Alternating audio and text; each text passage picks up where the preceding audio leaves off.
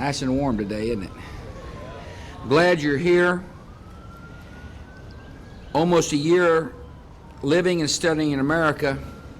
I hope you've come to realize this isn't my house.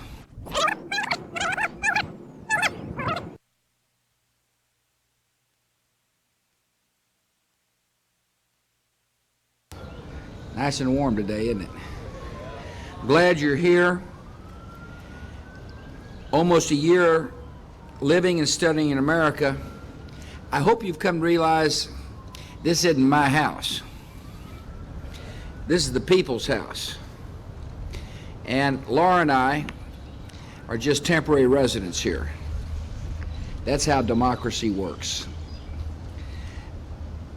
I really think you're part of an important program that is bringing students from Muslim countries to the United States. I think it's important, and I hope you think it's important too. I'm amazed by the number of countries represented amongst you all. Afghanistan, Iraq, Jordan, Kuwait, Lebanon, Morocco, Oman, Pakistan, Syria, Tunisia, Yemen, West Bank, Gaza, Arab communities in Israel. You represent a lot of countries and a lot of people.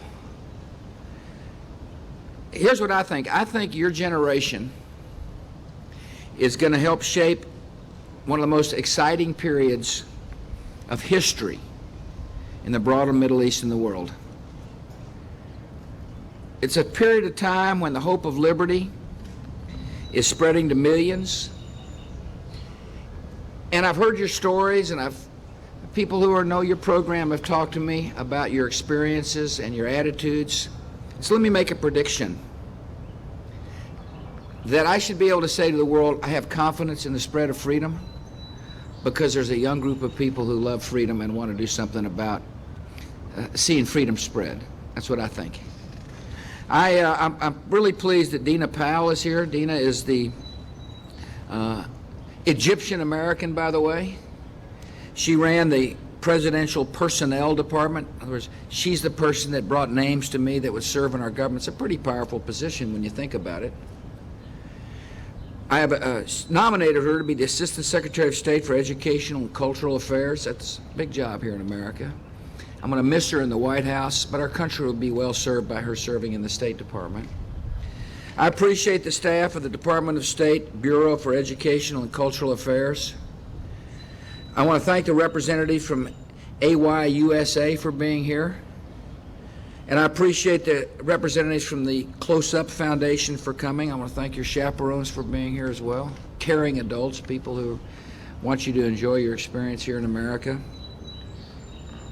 American people probably don't know this program well, so I'm going to say some things that's obvious to you.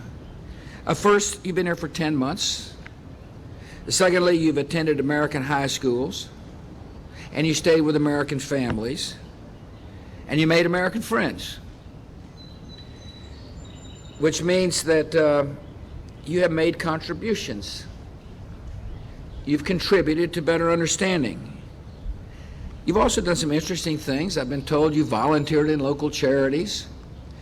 You found out one of the great strengths of this country is the fact that people volunteer to make somebody else's life better. You know, we all got hearts and care deeply about a neighbor in need. And there's a universal call in the good books throughout the world that says, love a neighbor like you'd like to be loved yourself. And I understand some of you did that, and I want to thank you for contributing to our country. I want to thank you for being teachers, just by just telling people what your life story. It really wasn't all that hard to be a good teacher, was it? You say, here's how I was raised, and here's what I believe, and here's what my culture is like, and here's what my faith teaches me. So thanks for being a teacher as well as a helper. I know there's a student here who went to Grayling High School in Michigan, Abdul Rahman. He's from Syria. He took on a special project. He decided, and I'm sure maybe some of you all did the same thing during the holy month of Ramadan, explained to students what that means. A lot of kids your age here in this country really aren't sure what Ramadan means. And it's important for them to understand what Ramadan means. And so Abdul Here's what he said. He said, when I got to one of my classes on the first day of Ramadan, I was totally amazed. There were signs everywhere in the class saying, "Happy Ramadan, Abdul." Some students even tried to fast with me on the first day. Getting a high school kid in America to fast is kind of hard to do. But the point there of the story is some kids in that high school class have a better understanding of a different culture. Many of you have shown young Americans how Islam inspires you to lead lives based on honesty and justice and compassion. Because you came to this country, thousands of Americans better understand your faith and your heritage, and that's really important. So I want to thank you. I want to thank you for reaching out. I want to thank you for taking a little bit of a risk. It's not easy to come to a foreign country, is it, to leave home? It must be kind of hard and say, well, I can't imagine what it's going to be like to go to school in America and be teamed up with a family I've never met before. So you were risk takers for the sake of understanding and world peace, and I want to thank you for that. I suspect during your stay here you came across Americans who hail from your home countries. If you didn't, it's only because you didn't get enough exposure, because I can assure you, for every country represented here, there are hundreds of Americans, at least hundreds of Americans from your native land. Men and women who came to America because they know this is the land where hard work will be rewarded, where faith will be respected, and where cultural heritage will be valued. Maria, young girl named Maria from Pakistan, I don't think she's here with us today, put it well in an essay she wrote about her experience. There's some Americans maybe watching this on TV now, and I want them to hear what Maria wrote. She says, the very important thing I learned about America is that it's a melting pot where you can find the world in one place living together. I really appreciate this, she said. Now, if someone says anything negative about America, I would stand up because I love America. That's one of the lessons she learned about her trip here. I don't know if I guess you all were here during the presidential election. Must have been an interesting experience for you. Certainly an interesting one for me. You got to see candidates travel the country asking for the vote, working day in and day out. In my case, saying to the people, I got something to do. In my opponent's cases, saying, I think I can do a better job than old George W. But that's what democracy is about.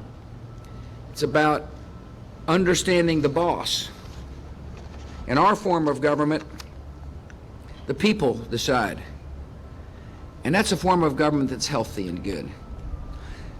I know some of you got involved in the campaign. Kautar from Morocco volunteered on Election Day, helping make sure Oregon voters had rides to the polls, and I want to thank you for participating. I was told that a fellow named Bhutan from Iraq, who's with us, actually volunteered at a local political headquarters in the state of Pennsylvania. I hope you found that exciting experience. It's called grassroots politics. Probably doesn't translate very well in some of your native tongues, but it means getting involved at the local level to convince people to participate in the democratic process. We're seeing the democracy campaigns like the one I went through taking place now in other parts of the world. I mean, Afghanistan had a vote. It's a fantastic experience for a lot of people. Folks, and I know some of you lived under the clutches of the Taliban. It must have been an incredibly refreshing experience to be able to go and express yourself at the polls. Say, this is what I think. This is my opinion, not the opinion of tyrants, but this is my opinion, and it's the collective opinion of thousands which decided the fate of that country. People in Iraq voted. People in that country defied the car bombers, the suiciders, the killers, those who fear freedom, and said, I'm going to go to the polls no matter what the risk is. Democracy's on the march. Freedom is on the march. And I'm convinced we're just seeing the beginnings of it. And the world is going to be more peaceful because of it. I know you're looking forward to going home, but when you get home, I hope you remind people about what you found here. That the people of this country care deeply about others, that we respect religion, that we believe in human rights and human dignity, that we believe every person has worth, and that we do want to have a world that's more peaceful and more free. I hope you go home and say that Americans are proud of watching the progress that is being made, of people assuming liberty. One of the lessons I hope you share with the people back home, your buddies and your families, is that we understand that it's hard to go from tyranny to freedom. I mean, we had a little trouble on our own. If you've studied American history, you'll realize that our path to democracy wasn't all that smooth. In other words, we had setbacks and hard work to try to achieve as good a government as we can possibly have. I mean, it's hard work.